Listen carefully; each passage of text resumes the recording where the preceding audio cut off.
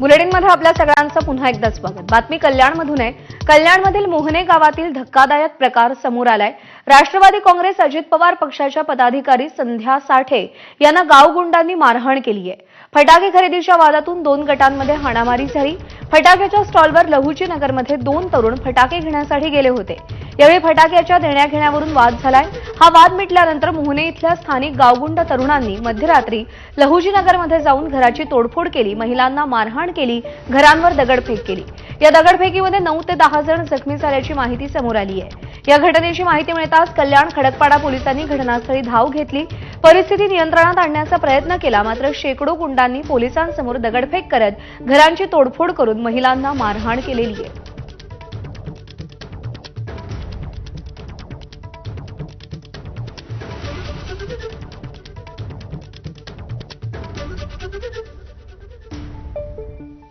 दरम्यान या संपूर्ण प्रकरणात ज्या महिलेला मारहाण करण्यात आली त्यांनी काय प्रतिक्रिया दिली आहे पाहूया। गावाले सगळे ते पोरं सगळे गावालेच होते, मोहण्यात राहणारेच आहेत ते पण, आणि ते सगळे घर वगैरे फोडायला लागलोत। बाहेर आलो तर आम्ही विचारलं काय झालंय, घर का फोडायला लागलात। आमच्या पण घरावर दगड वगैरे फोडले, आमची खिडकी फुटली आहे, खिडकी फुटून घराच्या आतमध्ये दगड आली आहेत, भांडे फोडले, टीव्ही फोडलाय। आणि महिला आल्या माझा आवाज ऐकून महिला आल्या आणि तिथे 1-2 पुरुष पण होते, तेही आले, तर त्यांनाही मारहाण केली। कोणाच्या पाठीवर मारलंय, कोणाचं डोकं फोडलंय, माझ्याही डोक्यात रॉड घातलंय। दरम्यान पोलिसांनी मारहाण झालेल्या महिलेला तक्रार करण्यासंदर्भात सांगितलं, त्यावेळी मारहाण करणाऱ्यांना तातडीनं ताब्यात घेण्याची मागणी या महिलेनं केली आहे।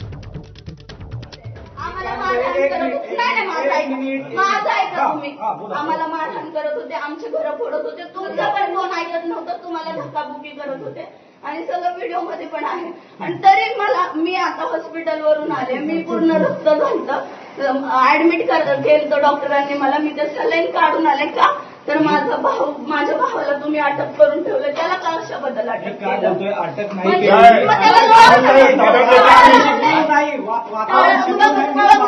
टाळा लावलाय कशाबद्दल?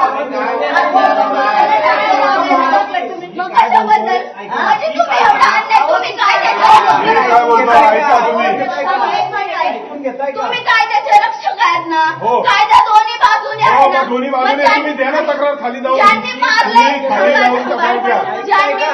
तुम्ही नावं द्या ना। मग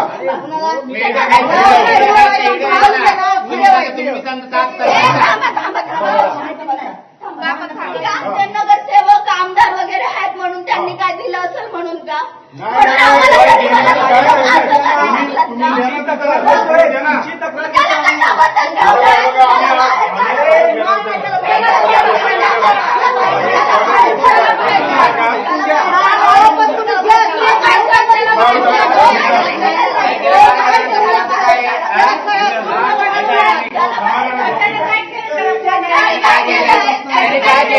आपल्याला या सगळ्या संदर्भात अक्षय भाटकर आपले प्रतिनिधी आपल्याला या सगळ्या संदर्भात अधिक अपडेट देतील। अक्षय, 2 महत्त्वाचे प्रश्न। कल्याणमध्ये कायद्याचं राज्य उरलं नाहीये का, कायद्याचा धाक उरला नाहीये का, आणि गुंड कळलेले आहेत, गुन्हा दाखल झालाय, तरीही अटक का केली जात नाहीये?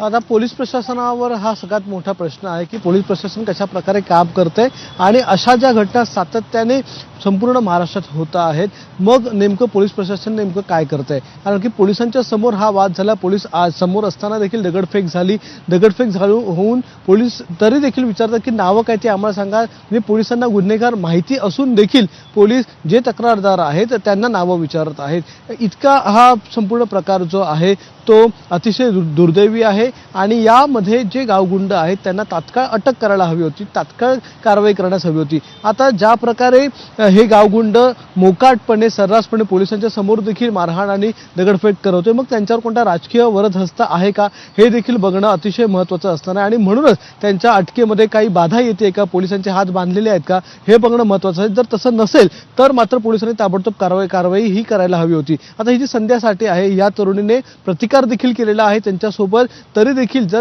तिलाच पोलीस स्टेशनला जावं लागतंय आणि तक्रार द्यावी लागते आहे, ही देखील बाब जी आहे ती महत्त्वाची आपल्याला मानावी लागेल. आता यामध्ये राज्य महिला आयोग असेल किंवा गृह खातं असेल, त्या गृह खात्याने ताबडतोब कारवाई करून लागलीच या संपूर्ण प्रकाराच्या चौकशीचे आदेश द्यायला हवेत, लागलीच या संदर्भामध्ये कारवाई करायला हवी होती. मात्र आता अनेक तास उलटून गेलेले आहेत, तरी देखील अजूनही त्या गावगुंडांना अटक झालेली नाहीये.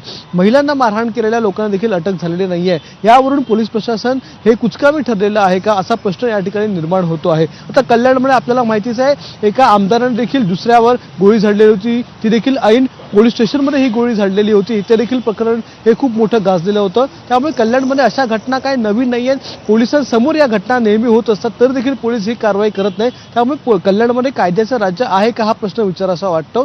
तिथले जे स्थानिक आमदार, खासदार किंवा त्या ठिकाणचे स्थानिक जे राजकीय नेते आहेत, त्यांना देखील हा प्रश्न विचारावा वाटतो. आणि अशा प्रकारे जर एखाद्या वस्तीवर थेट हल्ला केला जात असेल, पोलिसांसमोर तो हल्ला केला जात असेल, तर मग मात्र परिस्थिती अत्यंत गंभीर आहे आणि पोलिसांचा काही धाक उरला नाहीये असं आपल्याला यामध्ये म्हणावं लागेल. आता पाहूयात हे प्रकरण आपण तर मार्गी लावूच, आपण तर लावून धरलेलंच आहे. गृह खातं आता यामध्ये किती लवकर कारवाई करतं हे बघणं यामध्ये सगळ्यात महत्त्वाचं असणार आहे. अक्षय, धन्यवाद दिलेल्या या सगळ्या सविस्तर अपडेटसाठी.